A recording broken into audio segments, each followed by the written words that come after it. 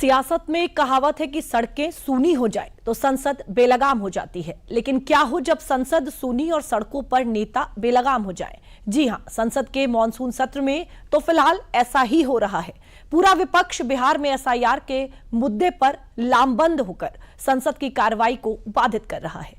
आज तो हालात ये रहे कि विपक्ष के कई बड़े नेताओं ने सड़कों पर नियमों के खिलाफ प्रदर्शन करने के लिए पुलिस ने हिरासत में ले लिया। एसआईआर पर हमारी ये रिपोर्ट देख लीजिए। नहीं चलेगी, नहीं चलेगी, नहीं चलेगी।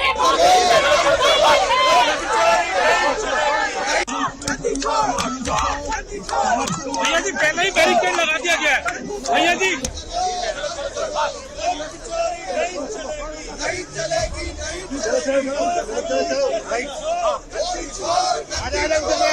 ये तस्वीर संसद के मानसून सत्र के सूरत हाल को बखूबी बयान कर रही है, लेकिन इस बार विरोध की आग सिर्फ संसद की सीढ़ियों तक सीमित नहीं रही।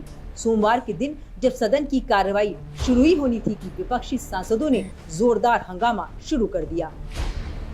विपक्षी दल के लगभग सभी सांसद संसद से लेकर चुनाव आयोग के ऑफिस तक मार्च निकालने पर आमादा थे। प्रदर्शन के दौरान टीएमसी सांसद महुआ मोइत्रा तो तबियत बिगड़ने की वजह से बेहोश हो गए। पुलिस ने जब इन्हें रोकना चाहा तो ये बैरिकेडिंग फाड़ने लगे।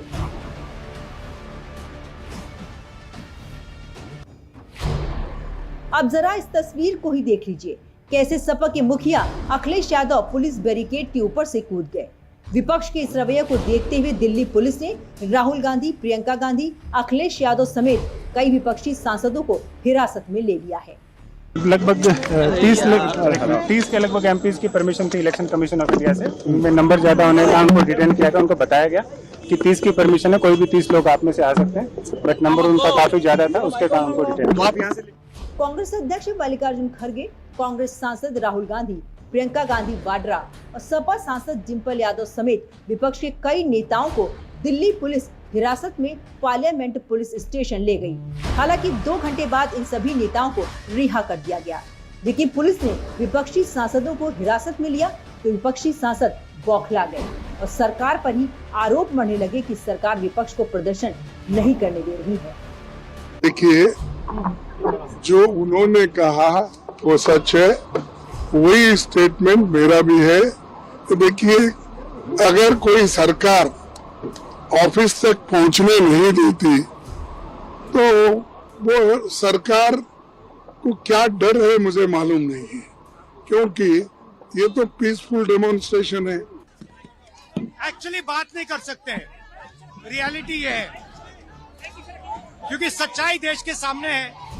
और ये जो लड़ाई है ये राजनीतिक नहीं है, ये कॉन्स्टिट्यूशन की लड़ाई है, कॉन्स्टिट्यूशन को बचाने की लड़ाई है, 1 मैन 1 वोट की लड़ाई है। इसीलिए हमें साफ प्योर वोटर लिस्ट चाहिए।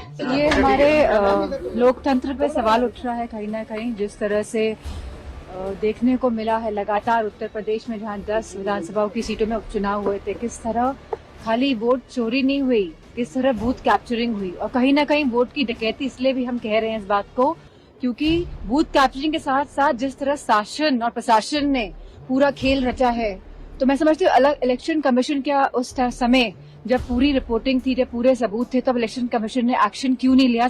बिहार में हो रहे एसआईआर और पूरे देश में वोट चोरी का मुद्दा बनाकर विरोध कर रहे विपक्ष को सत्ता में काबिज एनडीए की तरफ से ही करारा जवाब मिल रहा है।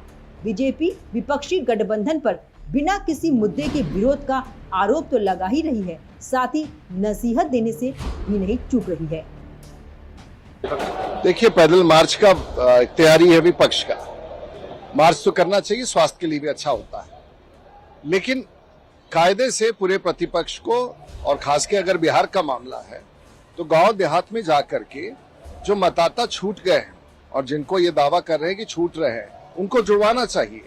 राजनीति धरती से होगा, बड़े शहरों में मार्ग पर यात्रा करके नहीं होगा। जाने का उनका अधिकार है, उनके मांग में कोई दम है क्या, आप मुझे बताइए। तो चुनाव में बार बार कहा, अभी तक बिहार में एक व्यक्ति ने आपत्ति नहीं दी है, पार्टी ने नहीं दी है। भैया, एसआईआर इस देश में सिर्फ हो रहा है बिहार में, और हम लोग बिहार से आते हैं, लोगों में घूम रहे हैं। बिहार में तो कोई मुद्दा नहीं लोगों में, तो जब बिहार में कोई मुद्दा नहीं है तो ये लोग क्यों हल्ला कर रहे हैं यहाँ पर? बिहार के लोगों में कोई मुद्दा नहीं, बिहार के लोग खुश हैं। इलेक्शन कमीशन बहुत बढ़िया काम किया है। दरअसल एनडीए की तरफ से लगाए जा रहे आरोपों के पीछे चुनाव आयोग के आंकड़ों की भी मुहर लगी है। आपको जानकर हैरानी होगी कि जिस एसआईआर के मुद्दे पर पूरा विपक्ष संसद नहीं चलने दे रहा है, चुनाव आयोग के आंकड़ों के मुताबिक उसी विपक्ष ने एसआईआर पर दावों और आपत्तियों की अवधि के 10 दिन बाद भी आपत्ति दर्ज नहीं कराई है। ऐसे में विपक्ष के विरोध पर सवाल खड़े होना लाजमी भी है। एसआईआर के खिलाफ विपक्ष लगातार संसद में हंगामा कर रहा है। एसआईआर पर दावों और आपत्तियों की अवधि शुरू हुए 10 दिन से अधिक हो गया है। किसी भी राजनीतिक दल द्वारा एक भी दावा या आपत्ति प्रस्तुत नहीं की गई है। 11 अगस्त तक किसी भी राजनीतिक दल के बीएलए की ओर से आपत्ति दर्ज नहीं कराई गई। सभी आपत्ति और दावों को चुनाव आयोग 7 दिनों में निपटाएगा। इस दौरान वोटरों से सीधे 10,570 दावे और आपत्तियां प्राप्त हुई हैं। 127 दावों और आपत्तियों को 7 दिन में निपटाया गया है। चुनाव आयोग को 54,432 नए फॉर्म 6 आवेदन मिले हैं। अब आज देश को स्पष्ट हो गया है कि पूरी बेबुनियाद बात लेकर बेबुनियाद विषय को इन्होंने लोगों को गुमराह करने की कोशिश की है, लेकिन देश की जनता समझदार है और देश की जनता इनको मुंह तोड़ जवाब फिर एक बार बिहार के चुनाव में देगी। और आगे आने वाले दिनों में चाहे पश्चिम बंगाल हो चाहे कर्नाटक हो, इन सभी प्रदेशों में इस प्रकार के कारनामों के कारण, अपने भ्रष्टाचार के कारण ये विरोधी दल के नेता और इनके पक्ष जनता की विश्वास को पूरी तरीके से खो बैठे। सड़क से लेकर संसद तक एसआईआर पर बवाल जारी है। विपक्ष के हंगामे की वजह से सोमवार को भी सदन की कार्यवाही बार बार स्थगित करनी पड़ी। दोनों सदनों में एसआईआर के मुद्दे पर भारी हंगामा हुआ। संसद के मानसून सत्र का आधा से ज्यादा समय बीत चुका है, लेकिन विपक्ष के हंगामे की वजह से अब तक सदन ठीक से नहीं चल पाया है।